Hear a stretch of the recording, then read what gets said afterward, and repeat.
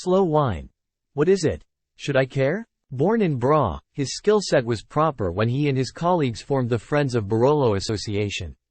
The group produced a catalogue of wines, including data sheets with a narration of each label that eventually became the Vini d'Italia Guide. Wine enters politics. In Italy, Petrini viewed the emerging American fast food movement in horror. He saw the decline threatening local food traditions, and the appreciation of good food was disappearing. In retaliation, he started a counter-offensive in Italy, 1986, pushing against opening a McDonald's near the historic Spanish Steps in Rome. In the same year, 1986, 23 people died drinking wine adulterated with methyl alcohol, a chemical found in antifreeze. This poisoning rocked the Italian wine industry and forced the suspension of all wine exports until the wines could be certified as safe. The deaths directly resulted from consuming Italian wines with methyl or wood alcohol to raise the wine's alcohol content to an average of 12%. The contamination was not found in quality Italian wines usually exported to the USA under labels marked as DOC, Denominazione di Origine Controllata, referencing Italian laws controlling quality wines from the vineyard through production and sale. The scandal was attached to cheap bulk wines sold to neighboring European countries for mixing with their local wines.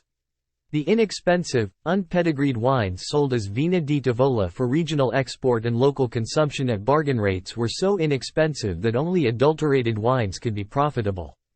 However, the horrific nature of the crime leached through the entire Italian wine industry, and the episode smeared every wine product and producer.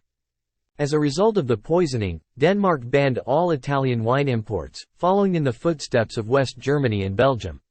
Switzerland seized over 1 million gallons of suspect wine, and France seized 4.4 million gallons, announcing it would destroy at least 1.3 million gallons found to have been tainted. Government warnings were sent to consumers in Britain and Austria. Everyone, everywhere, challenged the credibility of Italian wine, raising new awareness of the industry across all sectors.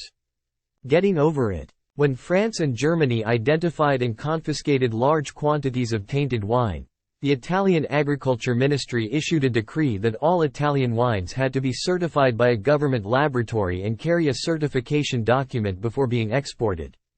This requirement further froze Italian wine exports, and the government admitted that out of 12,585 samples, 274 had been found to contain illegal quantities of methyl alcohol. NY Times. April 9, 1986. In 1988, Arsigola Slow Food and Gambero Rosso published the first edition of the Vini d'Italia Guide. This document was followed in 1992 with the first edition of Guida al Vino Quotidiano, Guide to Daily Wine, which included reviews of the best Italian wines from the value for money perspective.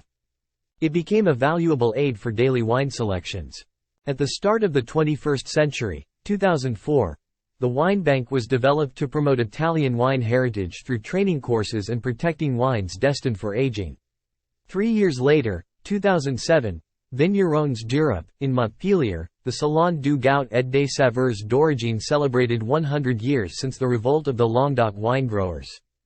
The first edition of the Vignerons d'Europe united hundreds of European winemakers in a debate over the challenges created by an ever more globalized world, acknowledging the growing crisis facing the wine industry from the perspective of economic impact and the public face of Italian wines. A monumental change. Slow wine. Up to this point, wines were reviewed numerically. From Robert Parker and similar reviews, consumers learned to read the numbers, and the higher the Parker score, the more likely the purchase of that specific wine would be made. In addition, current vineyard practices included using, abusing, fertilizers, pesticides, and fungicides to combat pests, diseases, and mildew that impacted wine productivity. However, synthetic herbicides wreak havoc on the environment and degrade the soil and land, making it unusable, causing water runoff, pollution, loss of soil productivity, and other environmental hazards. Enter the slow wine movement with grassroots, global wine emissaries who prioritize the conservation of natural resources through land stewardship. In 2011, the Slow Wine Guide was published, shifting the focus from the numeric value of wines to the macro environment that includes factual details of wineries, the producers, and production areas. The guide was applauded for being more than a list of significant players. It moved consumers' attention from numbers, point scores to describing the winemaking style and agronomic techniques employed. In 2012, slow wine tours were introduced and included visits to wineries in New York, Chicago, and San Francisco. In the following years, wineries in Germany, Denmark, Japan, Canada, and Slovenia, 2017. In 2018, California was visited, and 50 wineries were reviewed. In 2019, Oregon was included, followed by Washington State. Most recently, the slow wine movement reviews wineries in China, including Ningxia, Shenyang, Shandong, Hebei, Gansu, Yunnan, Shaanxi, Sichuan, Shaanxi, and Tibet. Alliance. The Slow Wine Coalition was formed in 2021. It is an international network knitting together all segments of the wine industry. This new wine association started a revolution based on environmental sustainability, the defense of the landscape, and the socio-cultural growth of the countryside. The organization produced a manifesto with a focus on good, clean, fair wine. Importance of slow wine movement. Roadmap. It is a challenge to enter a wine shop, walk the wine aisles in a supermarket, or peruse an online wine seller website. There are hundreds, perhaps thousands, of wines from every part of the planet and a vast array of price points, reviews, and opinions. How is the consumer going to know how to make a wise decision? Is the consumer interested in color, red, white, or rosé, fizz or flat, taste, price, country of origin, sustainability, and/or a myriad of other questions that impact the purchase and the taste experience? The Slow Wine Guide offers a roadmap to the wine buyer, clearly and concisely presenting farming practices, and advocating for wineries that follow the ideology, pesticide-free. Slow wine is based on the slow food movement. It is a state of mind and provides a framework for farming as a holistic endeavor. The group has the temerity to question post-industrialization agricultural techniques and reconsider what we ingest, food and wine, in terms of sustainability and the risks associated with pesticides. The movement is engaged in educating consumers about the perils associated with fast food, as well as lobbying against pesticides and running seed banks to preserve heirloom varieties. The concept has spread to other industries, including slow fashion that highlights and encourages fair wages and the environment, and slow travel that attempts to combat over-tourism. In the USA, the Slow Wine Guide is the nation's only wine book that prioritizes land stewardship, with the objective of providing transparency to consumers. Greenwashing. A challenge to the slow wine movement is greenwashing. This practice refers to businesses misleading consumers into thinking that their practices, products, or services minimize their environmental impact more than they actually do, leaving consumers confused and frustrated. This puts the responsibility back on the shoulders of consumers, requiring them to do extensive research to determine the actual environmental impact. In many cases, the information being researched is not available. Slow Wine World Tour 2023. Discover Oltrepo Pavese, New York. Recently I attended a slow wine event in Manhattan that featured the Italian wine region of Oltrepo Pavese, northern Italy, west of Milan. This is a very traditional wine zone where wine production dates to Roman times.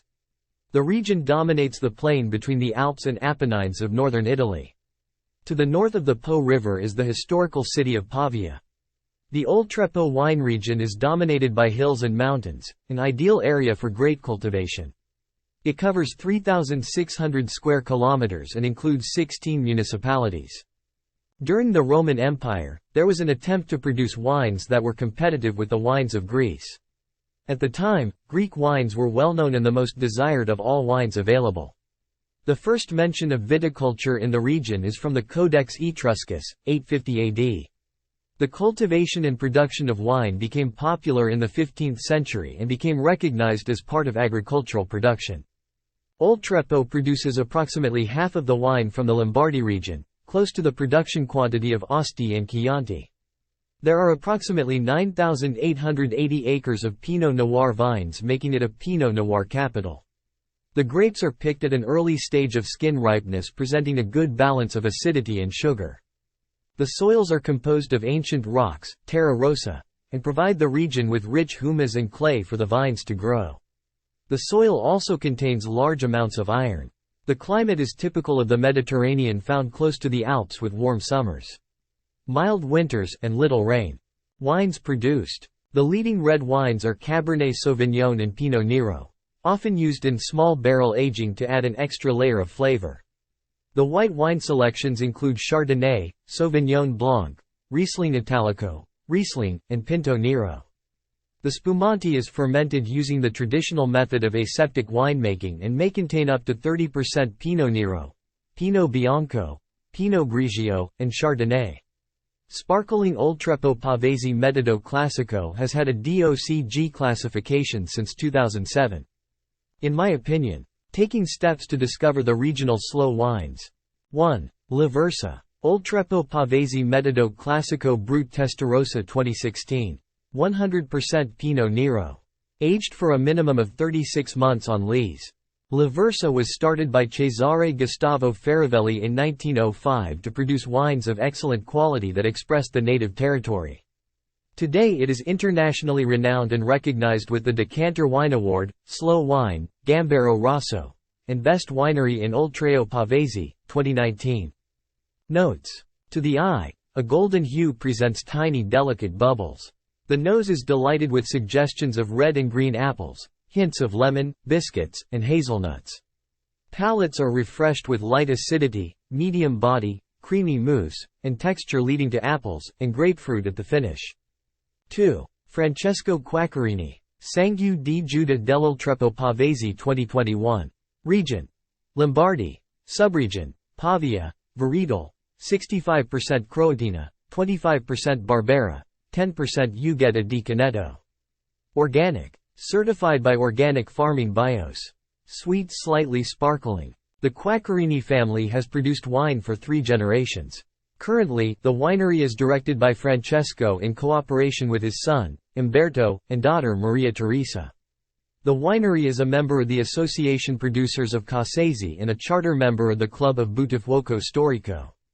Memberships also include the District of Quality Wine in Oltrepo Pavese and the Consortium for the Protection of Oltrepo Pavese Wine. The winery develops research programs to improve and enhance production techniques. The winery adopts the grassing technique, the presence of a meadow in the vineyard, in the cultivation of the vines. The method produces an improved ripening of the grapes.